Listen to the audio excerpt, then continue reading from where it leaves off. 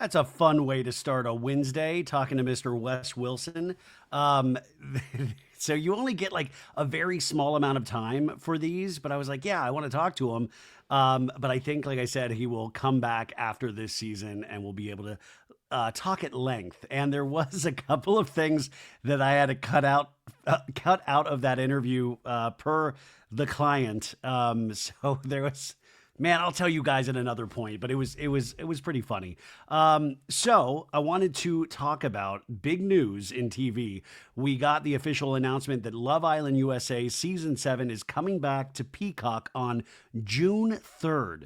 So we have a very limited amount of time to get rested and ready because if you do not watch Love Island, first off, what are you doing with your lives? You're probably out there living your life, but it is a commitment. But I mean that in the best way because anything that you commit to, usually that's going to teach you something about yourself, including TV shows.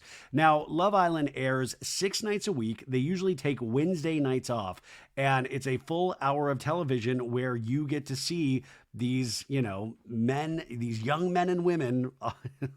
All the men are blouseless, all the women are in bikinis, and they're getting to know each other, potentially finding love. There's a lot of extended dance sequences, a lot of overpowering music, but there's a real charm. I started watching Love Island UK. God, about 4 years ago, I think. Maybe so. I came late to Love Island UK, and then started Love Island USA last season. And it was really just a very, very good season. So much so that the cast of Love Island season 6 have now gotten a spin-off that they're filming now, which to me is kind of like Vanderpump Rules because they're all in Los Angeles for the most part.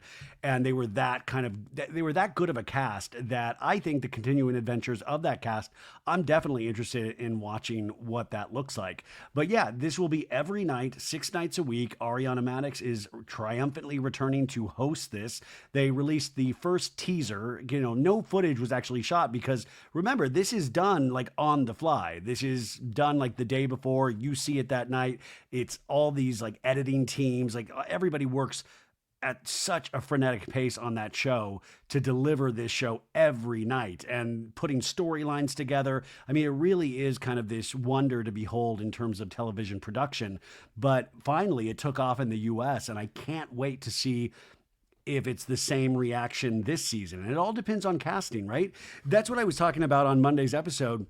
I've been watching old episodes of Real Housewives of Beverly Hills, old seasons, and it's so interesting to watch because you immediately realize what we've kind of all said from the beginning of So Bad It's Good is that it all is on real relationships. If you have real relationships, that takes care of so much. Like the new Roni, we had to watch them form friendships on the fly. And you have to invest in that. And now, if they come back, which they are coming back for another season, I think you're going to have a much more entertaining show because these ladies all know each other. But back in Beverly Hills or the old Roni, you had these women, or old Atlanta, old OC, you had people that had actual relationships and they had actual lives that they were already living. And I think sometimes the problem now is a lot of these people are cast on the show. And so their lives are about trying to become successful and famous. And that's not the most exciting dynamic to watch. There is a thirst level that you start watching that is so it's not palatable. You can there's a falseness to it. But like back in the old Beverly Hills, I mean, Kim fighting with her sister Kyle, I mean, it was gripping. I felt like I shouldn't be there. You felt like this voyeur. And to me, that is the ultimate reality show experience when you're like, I should not be involved in this conversation. This is like a car accident and I'm watching this and nobody is saying the right things. They're not that aware that the camera's on them. You can tell that they immediately regret what they said. They're haunted by it in future episodes. I mean, real skin is in the game. I mean, you could take this as like, I'm kind of saying this with a wink, but I'm not. I mean, this is truly television that had teeth, if that makes sense. And I was thinking this, I was watching this season, it premieres May 15th, next Thursday, the second season of Secret Lives of Mormon Wives on Hulu. And I have to tell you, from the first 3 episodes that I've watched, it really is good. It's very good. Like, in fact, I'm enjoying it better than I enjoyed the first season, and I really liked the first season. But this is great, and it's because they're in Utah, first off. So you got the mean streets of Utah. We love it from Real Housewives of Salt Lake City. But they are, it's mom talk. It's all of these, TikTokers that have kind of like TikTok fame. And now they have one season under their belt of the Hulu show, but they're still all living in Utah. And they all have kids for the most part. And they're all Mormon still. So they have this shadow of a religion underneath that they all want to, like there's like kind of this God element about it where they're like, oh, we want to look good in the eyes of the church, or we're trying to, push the church forward into 2025. And at the same time, their relationships are falling apart.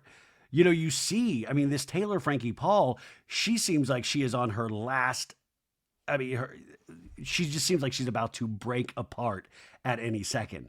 And then you have Jen Affleck dealing with her husband. I mean, all of these relationships seem so faltering, and they're all so young.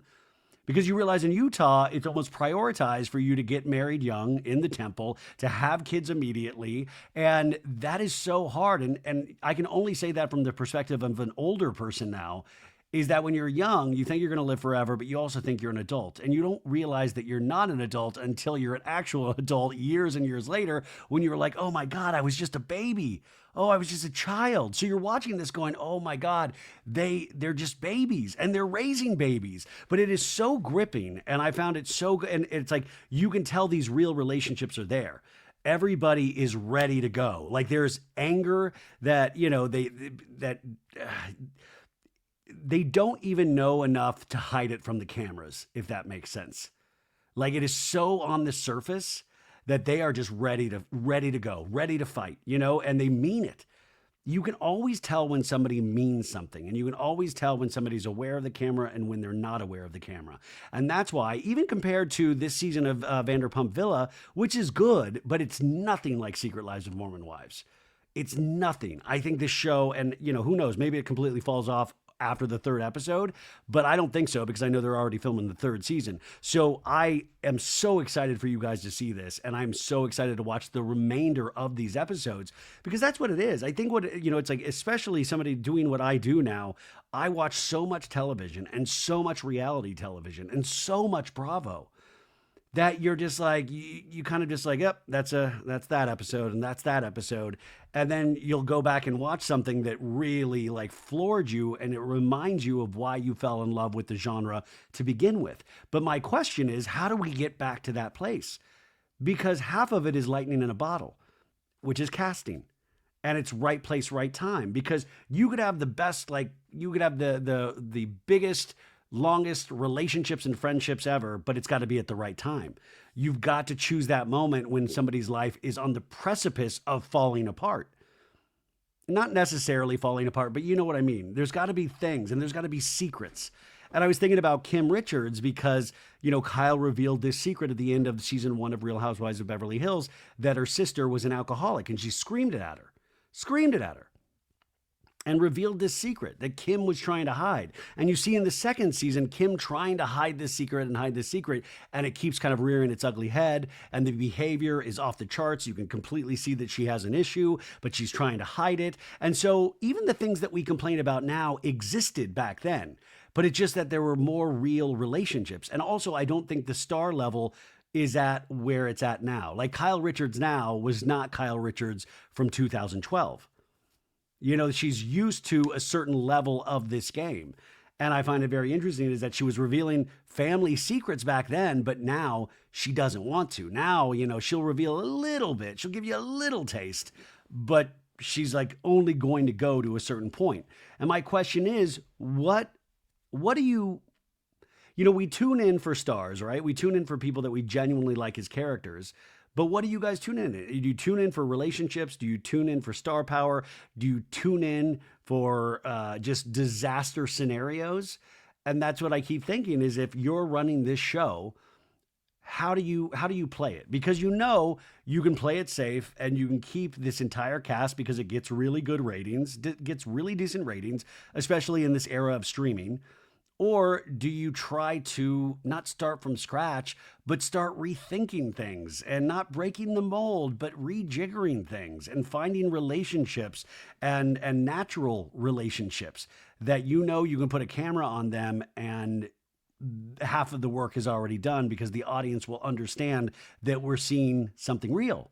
I don't know. It's one of those things. It truly does keep me up at night. I sit there and I will think about these things because, you go through the cast this past season. You had Erica Jane, which to me, it's like Erica Jane just, I feel like ushered in a very certain, like a different era of Housewives. And it's not an era I particularly love, where it became about costuming and it became about not reads, but in the fact that the talking heads, I never believed that she even wrote her own talking heads. I believe they were written for her. I believe it was like, now hold the champagne glass up and take a sip.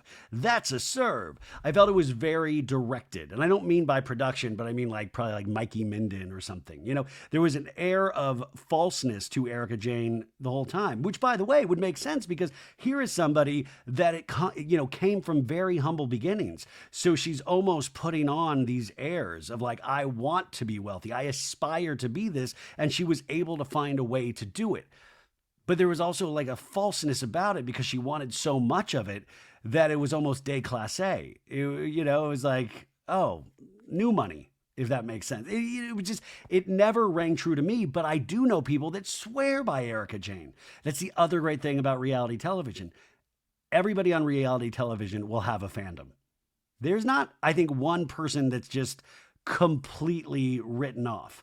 I mean, indifference is the thing that you don't want if you're a reality star, where you're just like, oh yeah, that person, I don't even care. Moving on. You either want to really hate somebody or you want to really love somebody. And then you're going to be able to flip-flop those emotions throughout the course of their run. But Erica Jane this past season, I'm like, where do we go? We don't see her with any sort of storyline besides wallpaper on the walls. And yeah, she's good for like throwing in some jabs and being nasty to Garcelle. Like she'll throw in some of these comments. But is that living life? Are we seeing anything?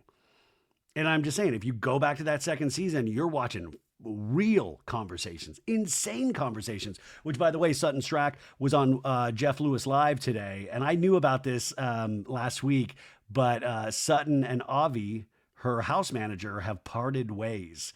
Avi no longer works at Sutton or Sutton Concept. And yeah, that's wild. I thought Avi would be there, I don't know, not forever, but for a little while at least. So now Sutton pretty much has nobody. My God, who is she going into this season with? Which, by the way, I think she's obviously a shoo-in for this season. And I think they'll bring back Kyle. I think that's probably pretty obvious, and then try to figure it out. But I do think they're going to have to revisit Erica Jane, whether it's a friend of. Dorit will probably get another season just because we want to see the fallout of the PK relationship, because I think there's going to be a lot of financial shit that comes out about them. I'm just speculating. And then who knows? It'll be a couple new people, I guess. Who knows if Jennifer Tilly will come back. But I don't know. I just keep thinking about that. Also, something else I've been really loving and enjoying. I mentioned this a couple weeks ago, but The Rehearsal on Max on Sundays. It's Nathan Fielder, who did Nathan for You on Comedy Central. The first season of The Rehearsal was a couple of years ago, and they just released the second season 3 weeks ago. And it's so hard to explain because the conceit of the show is that he thinks he can help people get through real life experiences by a rehearsal process. But the rehearsal process is so detailed. Like if I was somebody struggling with my podcast, which I guess I kind of am if you hear my voice, he would actually build a set of my room with everything completely detailed. And then he would hire an actor to be me. And then he would have this actor do one of my podcasts so he could watch it and I could watch it and we could learn something from that. He spends ridiculous amounts of HBO's money to build these sets, to have these real life scenarios. But then the series always will take these like hard pivots where you're like, I did not see it going down that path at all. And I've been a fan of Nathan Fielder for a long time. So I'm very aware of his, I guess, comedic stylings, but it is so dry. It's so droll. Half of the time you can't tell if it's performance art, if it's like an Andy Kaufman-esque. You don't know what he's in on. Like you still have a hard time imagining what he's like away from the show. You're like, does he really get it? And he's like probably super animated and funny off, or is he just like this all of the time because he is so locked in and he doesn't break. He's very serious. And at the same time, it is so weirdly genius to me. And this third episode that aired this past week, it went into direction. This the second season, the conceit is they're doing these rehearsals, but it's because he's been noticing a lot of airplane crashes, and this was allegedly filmed before all of the airplane crashes of the last 5 months, right? So he was noticing these, and he thought like it was a problem in the cockpit between the pilot and the captain and the first mate, and there was a communication error. And he thought if he could set this up and really understand what pilots and co-pilots and the whole airline industry does, that they could find a way to fix these crashes, because he thought it was pilot error, that there was an uncomfortability between the people working together. So he wasn't allowed with his cameras to go into an airport behind the scenes. So he built his own airport. It's like down to like everything is detailed exactly like the airport. He built all of these like flight simulators. He has built everything on these massive sound stages, and then he's hired people to portray every one of these people working at the airport. So then it kind of deviates. It'll like go down all of these different pathways and different stories, but it'll always come back to this airplane and this crash, and trying to get the government to choose his method, the Fielder method, into preventing air accidents. But this past week's episode, it went down this path of Sully Sullenberger. Remember Sully Sullenberger, the guy that was able to successfully land a plane in the Hudson River and saved like 155 people? Tom Hanks played Sully in a movie. I think what was that, like 10 years ago? You almost forget certain Tom Hanks movies. That's how old we're getting. But he portrayed Sully.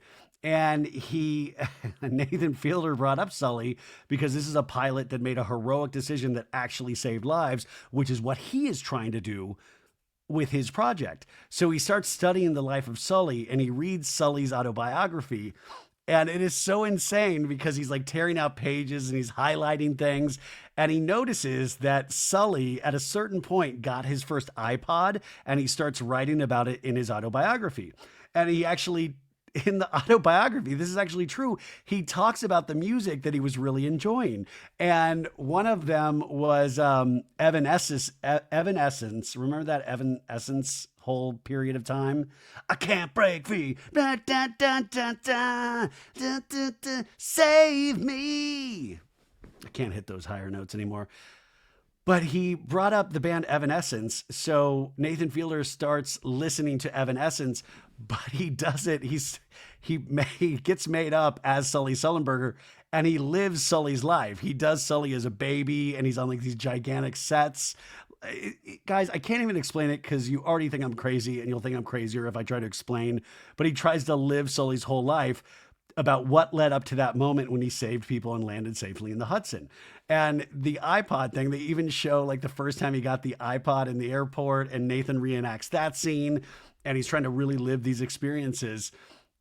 But I guess in the flight records, the flight logs for this flight, is that they realize the captain, Sully, and his first mate, or, the co-pilot, they realize they're going to crash and they don't know what to do. And there's a 23-second moment of silence on the black box.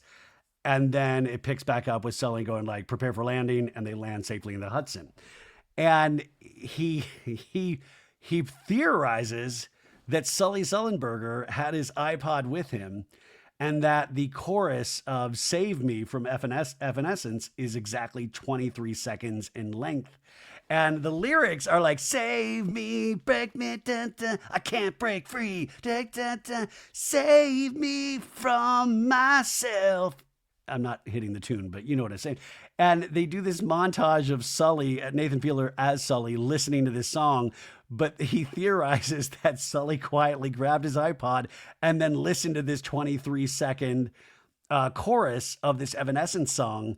And that's what gave him the courage to land in the Hudson. Now, there's no fucking way that is true. But at the same time, there's no proof that it's not true.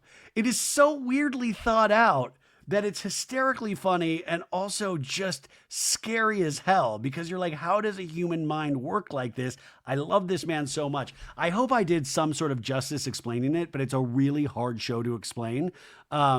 Anyways, there's 3 more episodes after this week's episode and then the finale. So you got 3 more weeks to catch up, but I love it. But I'm telling you, it's for not amateur television watchers. This is like on the pro level. You got to really be an experienced television consumer for the rehearsal, I believe.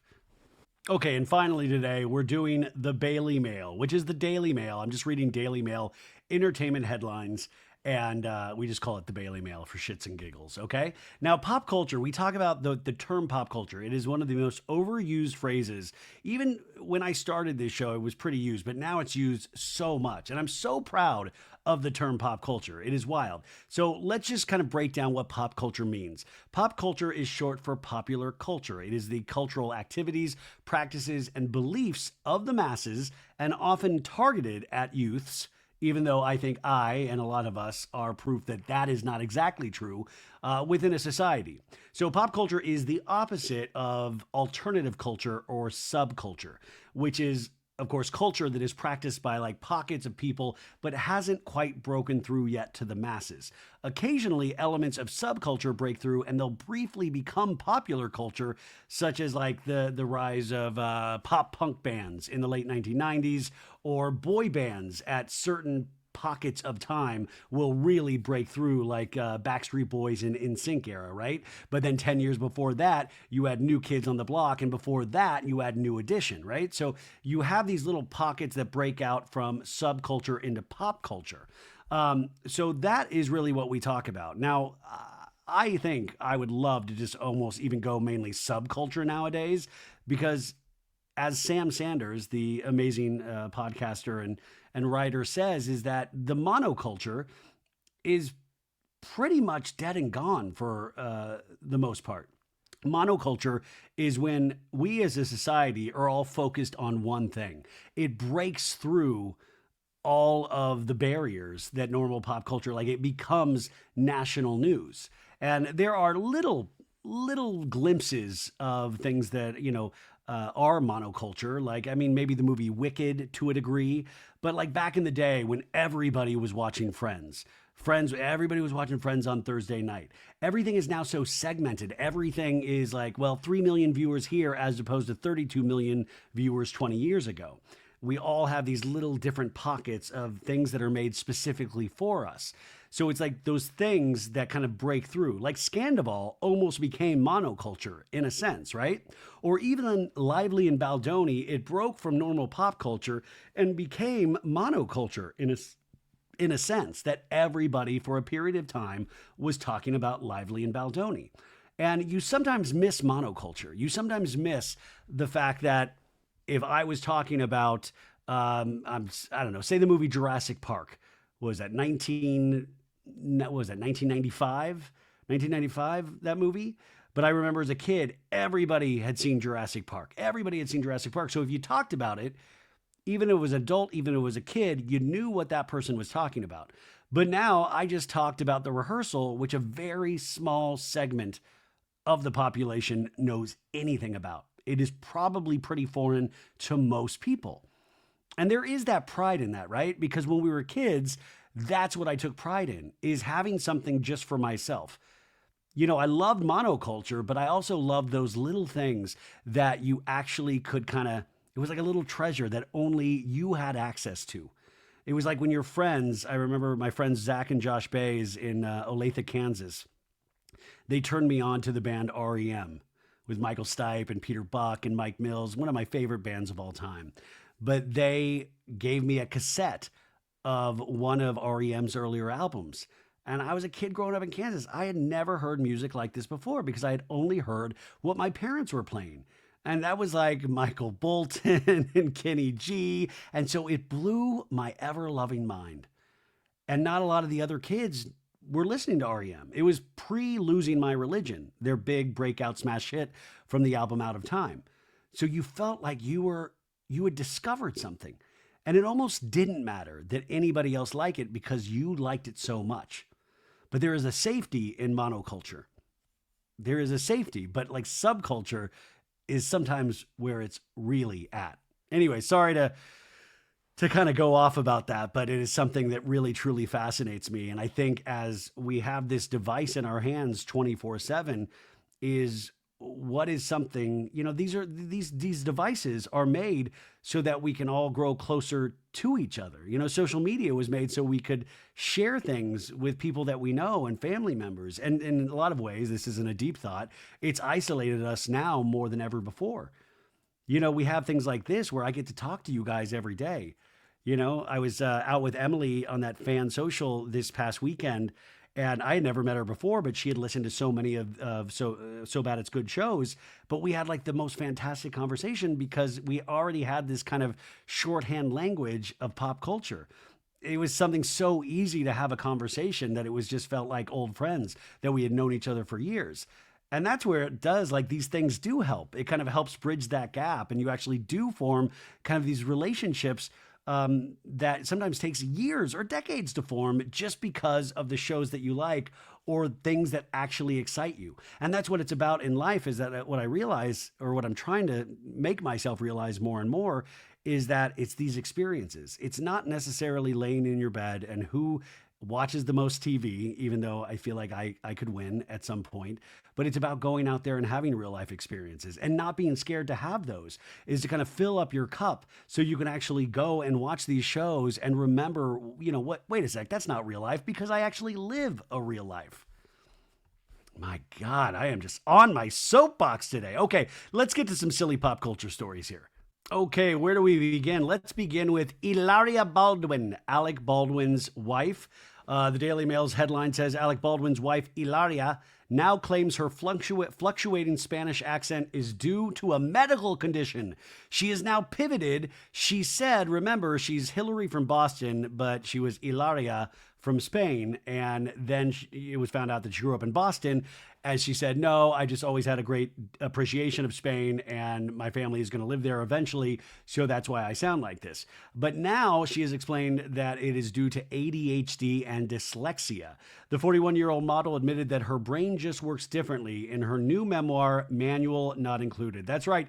Hilaria Baldwin has a new book coming out. She says, these diagnoses greatly impacted my speech, my reading, my listening, my focus, how you say cucumber, my memory, and my self-confidence. She wrote in an excerpt obtained by Page 6.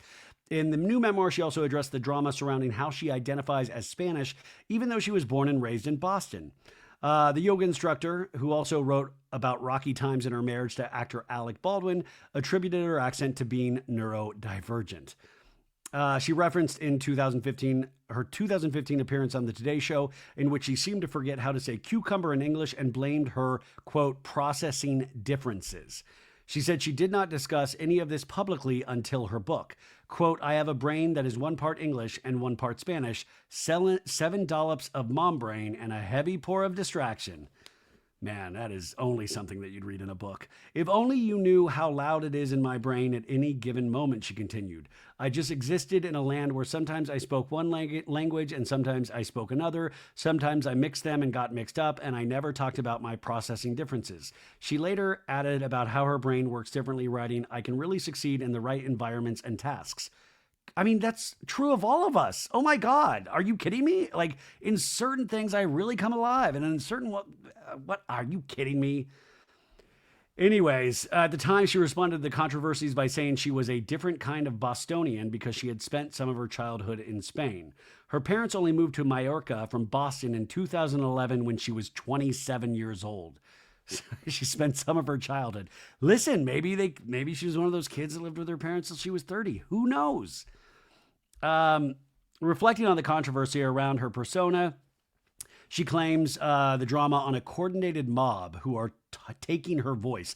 This sounds very Lively Baldoni-esque right now. Insisting her Spanish accent is real and normal, she also said her cancellation had an undertone of sexism. Now sexism is involved. I started to really unravel, she wrote, about how being accused of faking her accent had harmed her mental health. I was confused, I felt lost, I missed my family, I couldn't eat, I got very thin, I started to question my sanity, I started to question if I was a good person. By the way, I believe those sentences right there completely, because even if she was lying through her teeth, I believe that she still felt all of those things, right? She recalled, I returned to what I used to do as a child and started to call myself stupid, el stupido. When I woke up, I wanted to be dead, and I got worse and worse and worse. She said that she got through the cancellation with her husband's help, Mr. Aleco Baldwin. Alex was so good to me throughout this time. He had experienced similar situations, people saying awful things about him, trying to destroy him, making others think he was a bad person. He could reach out from a place of real empathy and personal experience. Okay, so this, listen, will I get her audiobook? Probably not. But let me kind of postulate a theory, is that I think she created a persona for herself that worked, that felt really natural. And yeah, I'm sure she fucking loved Spain. She loved the culture. She wanted to be that, yes. But also, it was something that she could sell, and it was something that was working for her. It was something that worked for her. So this thing that started off as something that was like a little cute, little funny white lie probably built and built and built. And then she actually became really successful by doing this. And it was a great story. Alec Baldwin could say, oh, my wife's Spanish and she curses at me in Spanish and da-da-da-da-da. Like there's a story that actually was like, oh, that's so fitting. It's like almost a reverse Lucy and Ricky from I Love Lucy. There's this element of a great story to their relationship, or when I was first aware of Hilaria Baldwin.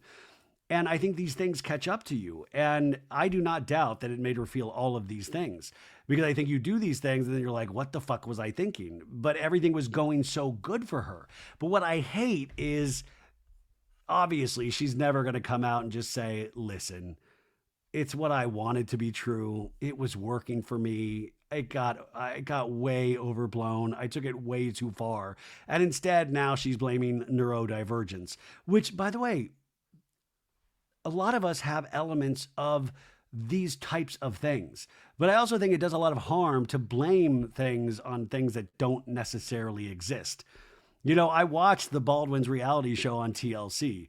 And she is a very high functioning person. She is a very high functioning person that can get a lot of shit done and has way too many kids and way too many animals and still manages to do all of these things. But I find it interesting of people still trying to rewrite a certain piece of history. It's like O.J. Simpson. I did not kill Nicole and Ron. Like, dude, come on, man. Come on. And please do not tell me you're one of the people that thinks OJ is innocent. Oh, well, we'll have to do a special episode at some point. Okay. Now, moving on to other happier news. Justin Baldoni hit with major setback amid his ongoing legal battle with Blake Lively. This actually isn't happy news at all. It's kind of more sad news. Justin Baldoni's Wayfarer Foundation is shutting down amid his war with Blake Lively. The foundation announced the news via their Instagram page and declined to give reasons as to why. Justin co-founded the Baha'i, which Baha'i is a religion-centered foundation with his Wayfarer Studios partner, Steve Sarowitz, with a goal of helping lead people spiritually to a more peaceful world. The shuttering of the foundation comes after Blake accused Baldoni of sexually harassing her.